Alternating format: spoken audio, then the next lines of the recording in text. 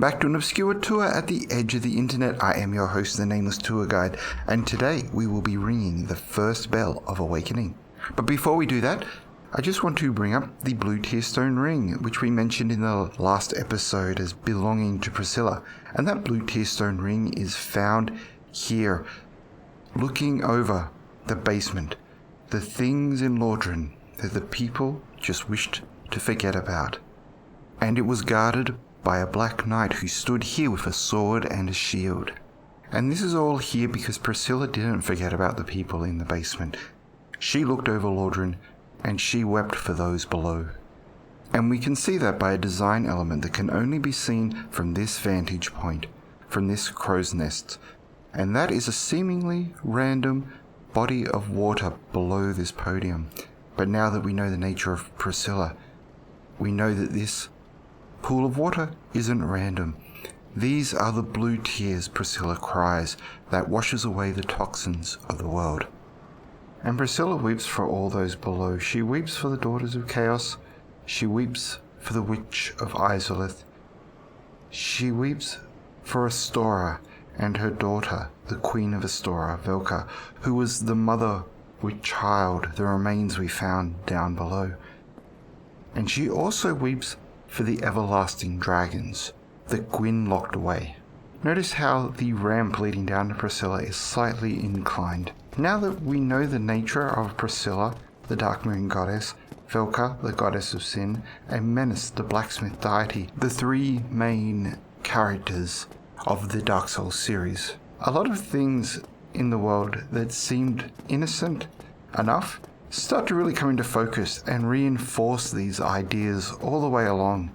But that was the main focus of last episode. This episode, we're talking about the first bell of awakening. We were introduced to the idea of the undead pilgrimage and the ringing of the bell of awakening by a knight that we met in the undead asylum all the way back in the beginning of the game. And we now know a lot more about that knight. That knight was from Astora and also has a blue crest shield, a symbol of menace. The Undead Burg is the home to the undead, and just up here is Velka's home.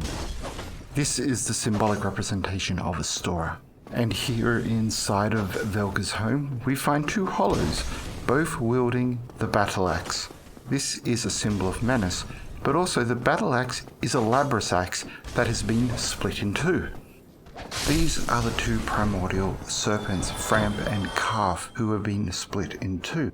And over here we have a hollow with a sword and shield, representing the one most noble, who came to Astora to defeat the beast of the evil eye. This character split the caduceus in two, creating the two primordial serpents. At the beginning of the game, this door is shut, and the hollow with the sword and shield opens that door. This shows that they are not from this place. They are an interloper who has barged into somebody else's home. And I'll just reopen the door to make sure that I don't get stuck on it later.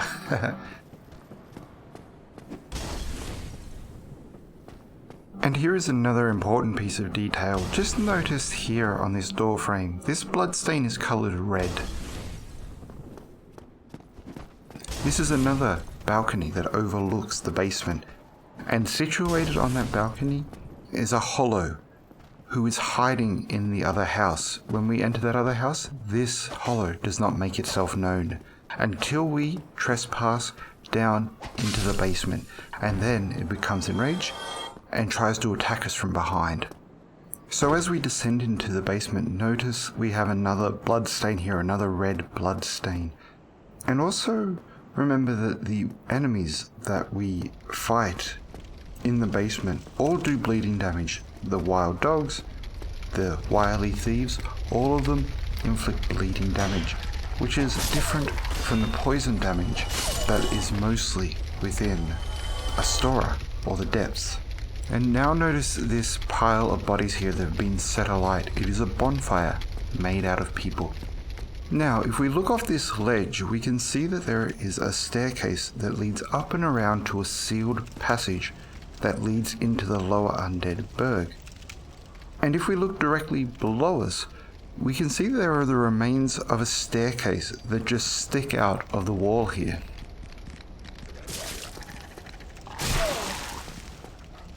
And this wild dog just wants to remind us that these enemies cause bleeding damage.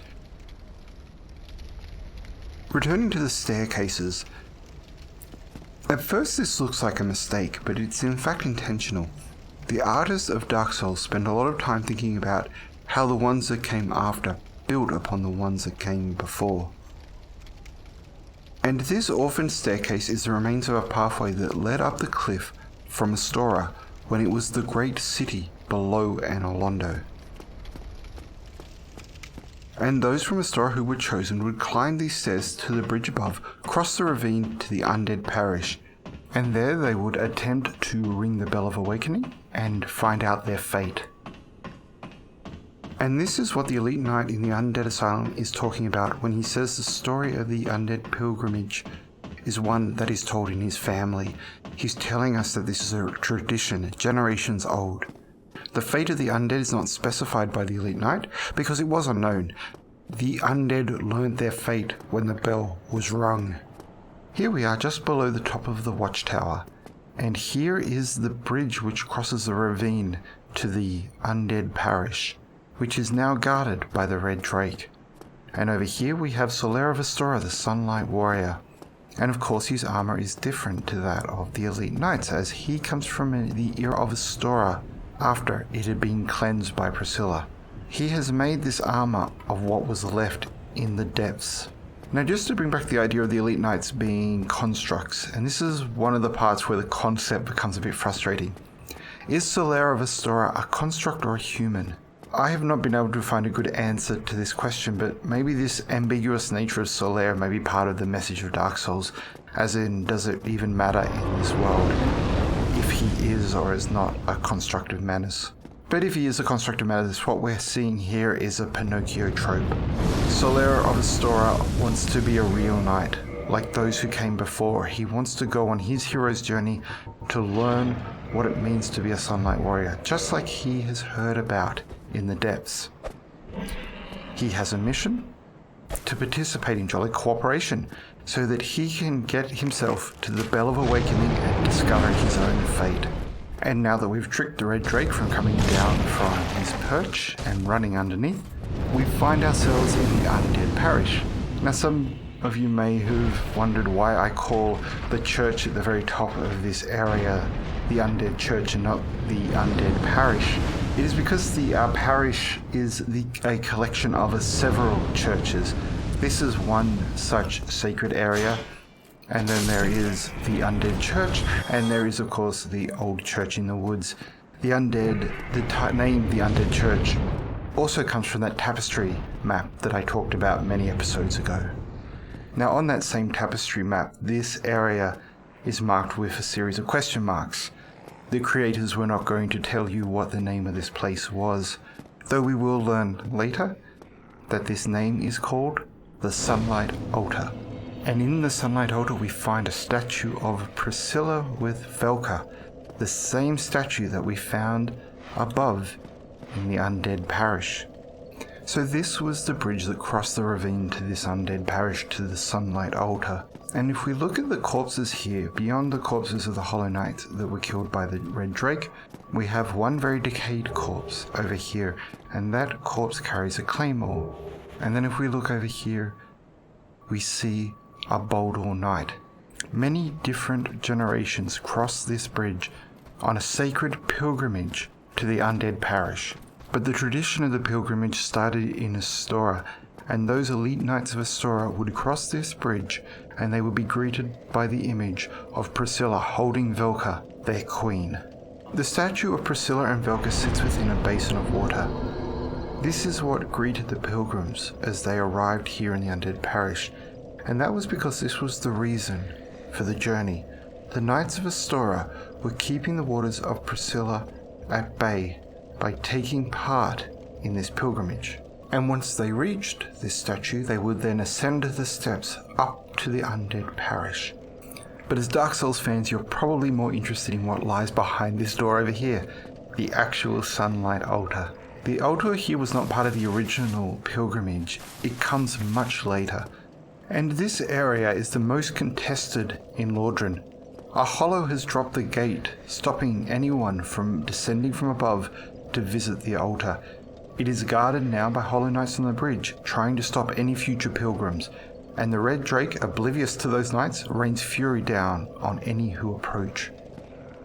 And the main feature of this contested area is this broken statue. This is one of the few pieces that remain of the legacy of the firstborn of Gwyn, the one who had his name stricken from the record for his foolishness.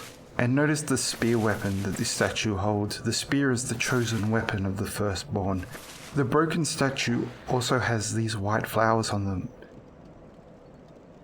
Notice that the flowers are white and gold, and the leaves are green with red dots.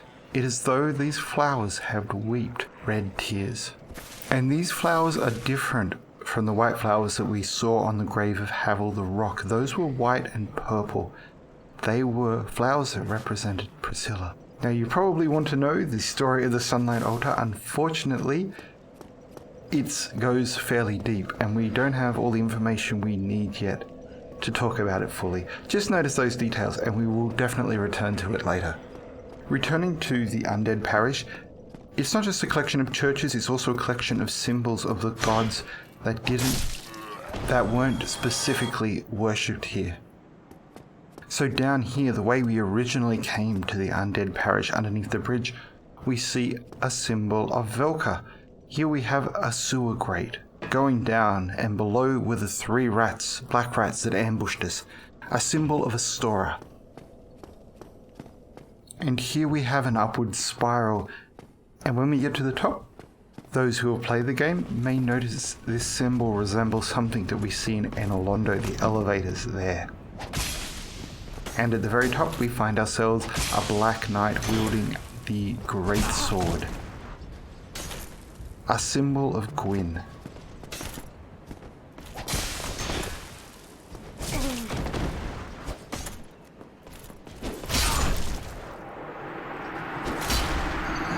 And while I'm dying here, notice the decor over on the building opposite this place.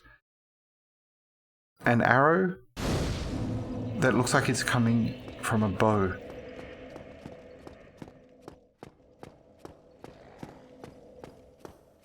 This could be a rising sun or a rising moon.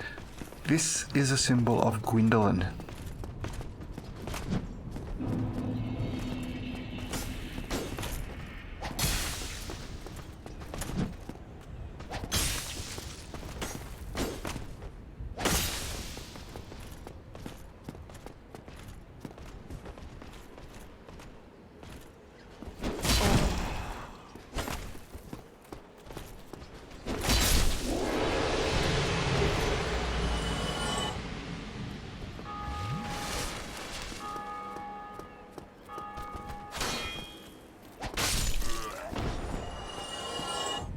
And here on top of this tower where we fought the Black Knight, notice that there is an engraving of the sun.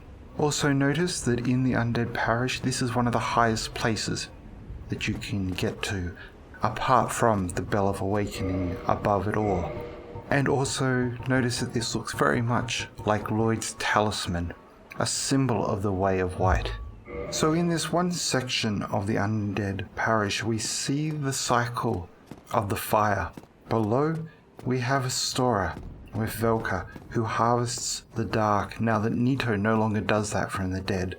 And above, we have Gwyn, who uses that dark to keep the flame alight. And this was done in the era when Astora was the great city of men. This was when Gwyn, Priscilla, and Velka worked together to keep the first flame lit.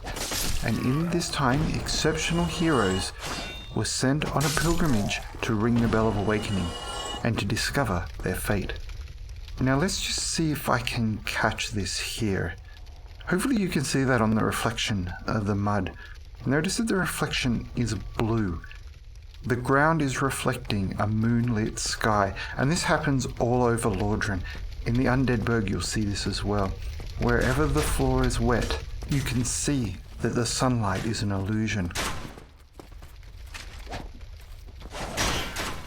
that Lordran is in fact enveloped in an endless night.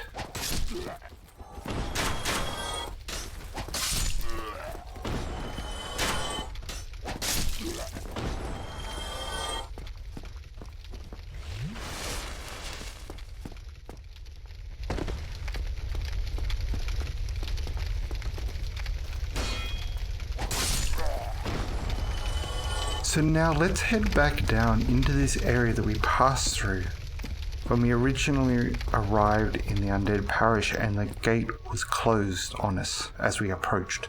Now look at the ground here. Notice that this looks like a bloodstain. But if we take the lantern that we found in the catacombs and light this area, we can see that this trail isn't coloured red, like back in the Undead Burg. This is a black slick. So why is this area marked with a black bloodstain, and over in the Undead Burg we see red blood?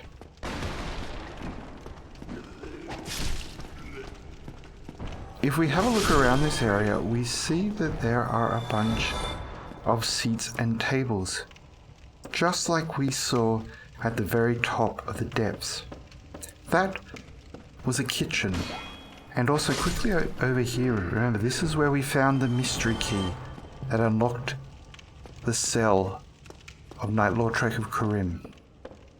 And this area where we found that key is a mess hall.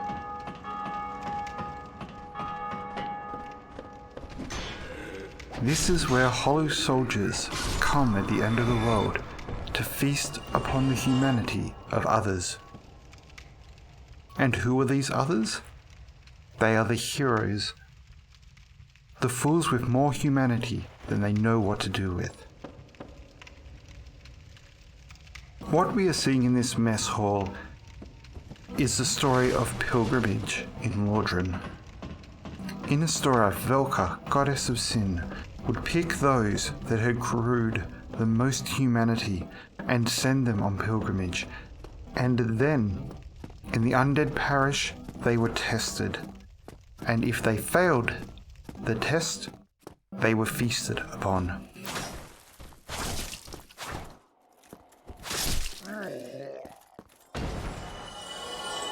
And here on this platform we see the image of something that looks like a full moon.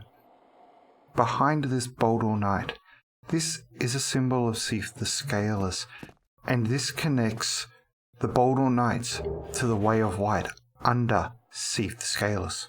And behind this Boldor Knight we find the Knight Shield, and this is the only place we can get the Knight Shield from. This is the same shield that is worn by Petrus down in Firelink Shrine. So on this Knight Shield we see a depiction of a dragon wrapped around a sword. So this is Sif the Scaleless, but also notice the colours blue and red, representing Priscilla's two powers. And from this vantage point we can clearly see Sif's archives there above Lordran. And all of this is captured inside a shield. And it's captured inside a shield because Priscilla is Sif's protection. Her two powers is what protects Sif from the ambitious whims of Gwyn.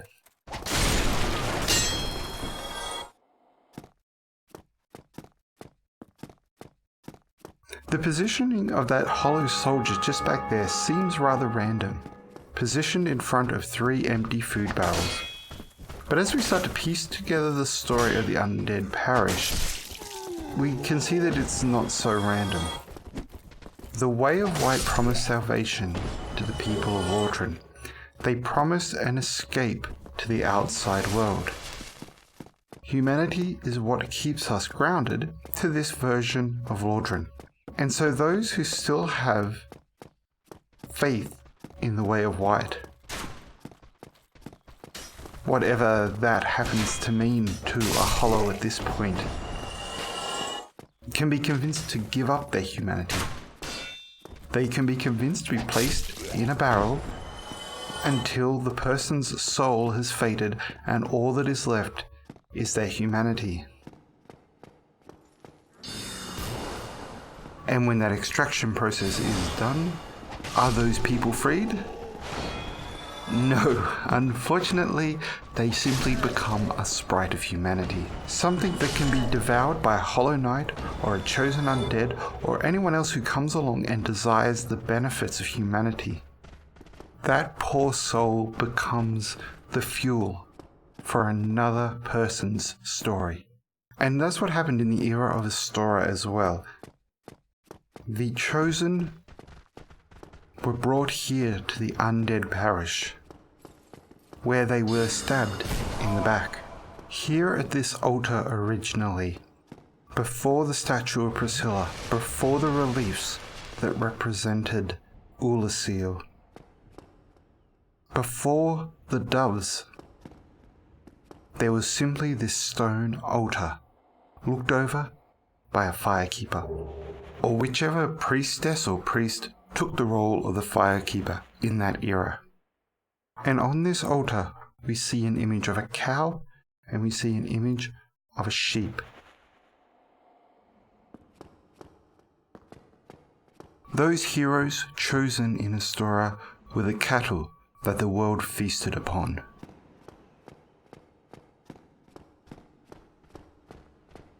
Up above the undead church, looking down on the ancient goddess Priscilla, is the last congregation of the Way of White. When we first got here, the hollow soldiers seemed so noble and brave. They dropped the gate to defend the innocent from the approaching chosen undead. The channeler of Seek the Scalers boosted the congregation to aid them in their struggle for survival. Though, as happens so many times in Lordran, the more you look around, the less noble and valiant everyone becomes. The hollow soldier was more interested in his stomach than the survival of the faithful. The channeler is not a spiritual leader, he is a shepherd trying to protect his flock from a wolf.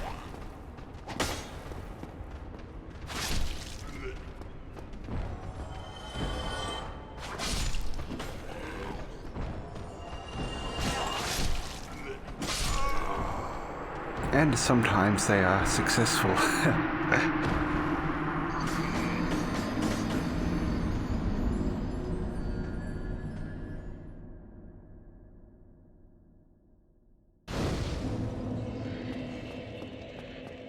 Since we have some time to chat as we head back up to the Undead Parish, I can talk about the sinners of Astora.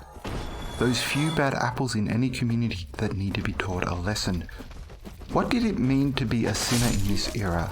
The sinners are those who have no desire to participate in jolly cooperation, to do as their family commands and seek the bell of awakening above. The sinners are the opposites to the elite knights. They are burdened with too much humanity and undeath, but instead of seeking salvation in a self-purification ritual, they hoard their humanity for themselves. Those sinners were kept in Astora and were feasted upon by the beautiful men and women of Astora if they did not change their ways. And those who did realize the truth and repented became those beautiful people, the original dark race who became valiant leaders of the community, who preached the virtues of giving up one's humanity to others, like Knight Kirk of Thorns.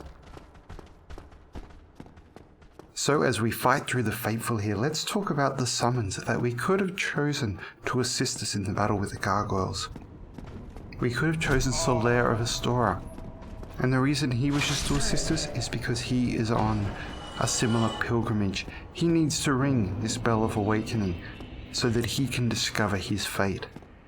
And we can also summon Knight Lordran of Karim to this battle. And so we know that Knight Lordran of Karim also wants to ring this bell of awakening, seemingly to discover his fate.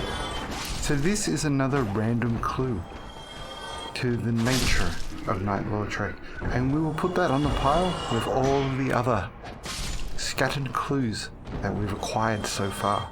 And now the Battle of the Gargoyles. This is the trial that we must endure in order to ring the Bell of Awakening, just as the elite knights of Astora once did.